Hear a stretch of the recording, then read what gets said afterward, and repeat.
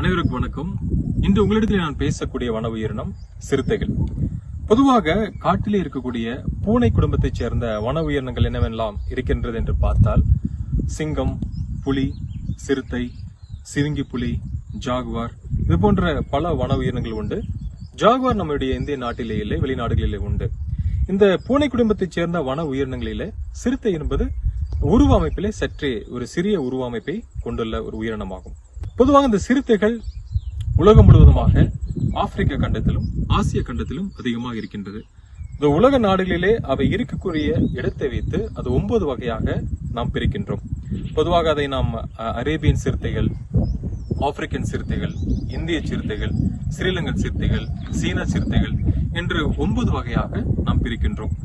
மக்களிடத்திலே இன்னும் ஒரு சந்தேகம் எழலாம். அதாவது பொதுவாக சிறுத்தைகளும் கருஞ்சிறுத்தைகளும் வேறு வேறு சிற்றினங்களா, வேறு வேறு ஸ்பீசிஸ் என்று உங்களுக்கு ஒரு குழப்பம் ஏற்படலாம். அவ்வாறு அல்ல. பொதுவாக சிறுத்தைகளிலே அதனுடைய நிறமை குறைபாட்டின் காரணமாக, மெலானிசம் என்று சொல்வார்கள், அதன் காரணமாக அந்த நிறமானது முழுமையாக கருமை நிறமாக தோன்றும். அதைத்தான் நாம் பிளாக் பேந்தர் கருஞ்சிறுத்தை என்று சொல்கின்றோம். பொதுவாக அதுவும் ஒரு இந்திய சிறுத்தையை சேர்ந்த ஒரு வகைதான். இந்தியாவிலே இருக்கக்கூடிய அந்த இந்திய சிறுத்தைகளை தவிர வேறு சிறுத்தைகள் என்னவெல்லாம் இருக்கின்றது என்று பார்த்தால் பனி சிறுத்தைகள் ஒன்று உண்டு. பனி பிரதேசங்களிலே ஸ்னோ லெப்பர்ட் என்று ஒன்றை நாம் பார்க்க முடியும். அதே போல படை சிறுத்தை ஒன்று உண்டு. அதை நாம் கிளவுடல் லெப்பர்ட் என்று சொல்கின்றோம். ஆக 3 வகையான சிறுத்தைகள் நம்முடைய இந்திய நாட்டிலே இருக்கின்றது. இப்போ இந்திய சிறுத்தைகளை நாம் பார்க்கின்ற பொழுது அவைகள் நம்ம தமிழ்நாட்டிலே என்ன சிறுத்தைகள் இருக்கின்றது என்றால் நாம் நார்மலாக சொல்லக்கூடிய சாதாரணமாக இந்த இந்திய சிறுத்தைகளும் கருஞ்சிறுத்தைகளும் நாம் அதிகமாக நம் தமிழக காட்டுகளிலே பார்க்க முடிகின்றது. இந்த சிறுத்தைகள் எந்த வகையான உணவுகளை உட்கொள்கின்றது என்று பார்த்தால் பொதுவாக காடியில் இருக்கக்கூடிய சிறிய மான்கள், அதே போல குரங்குகள், சில நேரங்களில் பறவைகளை கூட உண்ணக்கூடிய ஒரு பழக்கத்தை இந்த சிறுத்தைகள் கொண்டுள்ளது. காட்டை விட்டு வெளியே வருகின்ற பொழுது நம் தோட்டத்தில் இருக்கக்கூடிய நாய்கள், மேலும் ஆடு மாடுகளிலே சிறிய அந்த ஆட்டுக்குட்டிகளை உண்ணக்கூடிய ஒரு பழக்கத்தை இந்த சிறுத்தைகள் கொண்டுள்ளது. இந்த சிறுத்தையினுடைய மிக முக்கியமான ஒரு பழக்கம் என்னவென்றால், ஒரு மானை அடித்து விட்டது என்றால் அதே இடத்தில் வைத்து அது உண்ணாது. முடிந்தவரை அந்த மானை ஒரு மரத்தின் மேலே கவி சென்று மரத்திலே வைத்து அங்கே உண்ணக்கூடிய ஒரு பழக்கத்தை சிறுத்தைகளை மட்டும் நாம் காண முடியும். காரணம் என்னவென்றால், பொதுவாக இந்த கழுதை புலிகளும் மற்ற உயிரினங்களும் தான் அடித்துக் கொண்ட அந்த இரையை களவாடி கொள்ளும் என்பதனால் அது பாதுகாக்க மரத்தின் மேலே ஏறி அங்கு வைத்து உண்ணக்கூடிய ஒரு பழக்கத்தை சிறுத்தைகள் கொண்டுள்ளன. பொதுவாக புலிகளிலே அந்த வரிகளை வைத்து நாம் ஒவ்வொரு புலியையும் அடையாளப்படுத்திக் கொள்கின்றோம். அதே போல சிறுத்தைகளிலே அவ்வாறு அடையாளப்படுத்த நாம் எதை நாம் பயன்படுத்துகிறோம் என்றால், அந்த உடலிலே இருக்கக்கூடிய ரோசெட் என்று சொல்வார்கள். ரோசெட் என்றால் ரோஜா மலரை போன்ற வடிவங்கள் அந்த உடலிலே இருக்கும். அதை வைத்து ஒவ்வொரு சிறுத்தையும் நாம் வேறுபடுத்தி நாம் கணக்கெடுத்துக் கொள்கின்றோம். அதைத்தான் ரோசெட் என்று சொல்வார்கள். பொதுவாக நம் சிறுத்தைகளை பார்க்கின்ற பொழுது வேகமாக ஓடுகின்ற பொழுது 20 அடி உயரத்தை கூட அது கடக்கக்கூடிய தாவி அந்த இரையை கொள்ளக்கூடிய ஒரு திறமையை சிறுத்தைகள் கொண்டுள்ளது.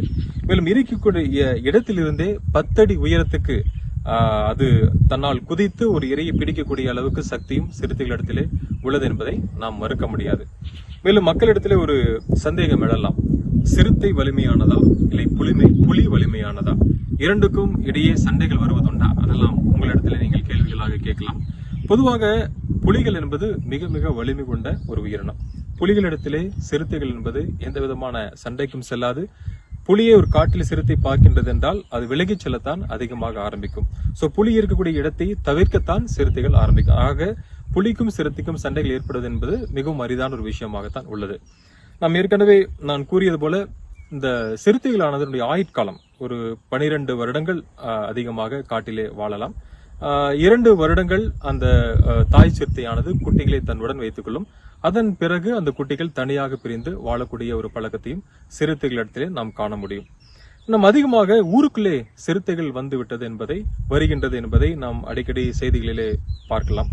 அதற்கான காரணம் என்ன என்று பார்க்கின்ற பொழுது நான் ஏற்கனவே கூறியது போல பொதுவாக நம்முடைய இந்த மாதிரி புலிகள் அதிகமா இருக்கக்கூடிய இடத்திலே சிறுத்தைகள் அந்த இடத்தை விட்டு வெளியே வந்து அந்த காட்டின் ஓரப்பகுதியிலே வாழ ஆரம்பிக்கும். அவ்வாறு இருக்கின்ற பொழுது அந்த காட்டினுடைய ஓரத்திலே பக்கத்தில் இருக்கக்கூடிய பகுதிகளிலே ஏதாவது பாலடைந்த கருங்கல் குவாரிகள் ஏதாவது இருக்கலாம், இல்ல பெரிய புதர் மண்டி இடங்கள் இருக்கலாம். அந்த இடத்திலே பதுங்கி வாழ ஆரம்பிக்கும். அந்த இடத்திலே செல்லக்கூடிய கால்நடைகளை, ஆடு போன்ற கால்நடைகளை பிடித்து உண்ண ஆரம்பிக்கும். மேலும் விவசாய தோட்டங்களுக்கு சென்று அங்க இருக்கக்கூடிய நாய்களை பிடித்து உண்ணக்கூடிய ஒரு பழக்கத்தையும் சிறுத்தைகள் கொண்டுள்ளது. ஆக பொதுவாக சிறுத்தைகள் ஒரு ஆட்கொல்லியாக மனிதனை கொல்லக்கூடிய உயிரினமாக மாறுவது என்பது மிக மிக ஒரு அரிதான விஷயம். ஆக சிறுத்தையை கண்டு பயப்பட தேவையில்லை. இது போன்ற காரியங்கள், இது போன்ற ஒரு நம்ம கிராமங்களிலே சிறுத்தைகளை பார்க்கின்ற பொழுது உடனடியாக வனத்துறைக்கு நாம் தகவல் தெரிவிக்க வேண்டும். வனத்துறை அடிக்கடி அந்த இடத்திலே வந்து அந்த இடத்தை வந்து அதிகமான தொந்தரவுகளை தருகின்ற பொழுது நிச்சயம் அந்த சிறுத்தையானது அந்த இடத்தை விட்டு சென்றுவிடும். பொதுவாக சிறுத்தைகள் நாம் ஏன் பாதுகாக்க வேண்டும் என்று பார்த்தால், புலிகளுக்கு அடுத்தபடியாக சிறுத்தைகள் தான் ஒரு மிகப்பெரிய ஒரு ஊன் உண்ணியாக உள்ளது.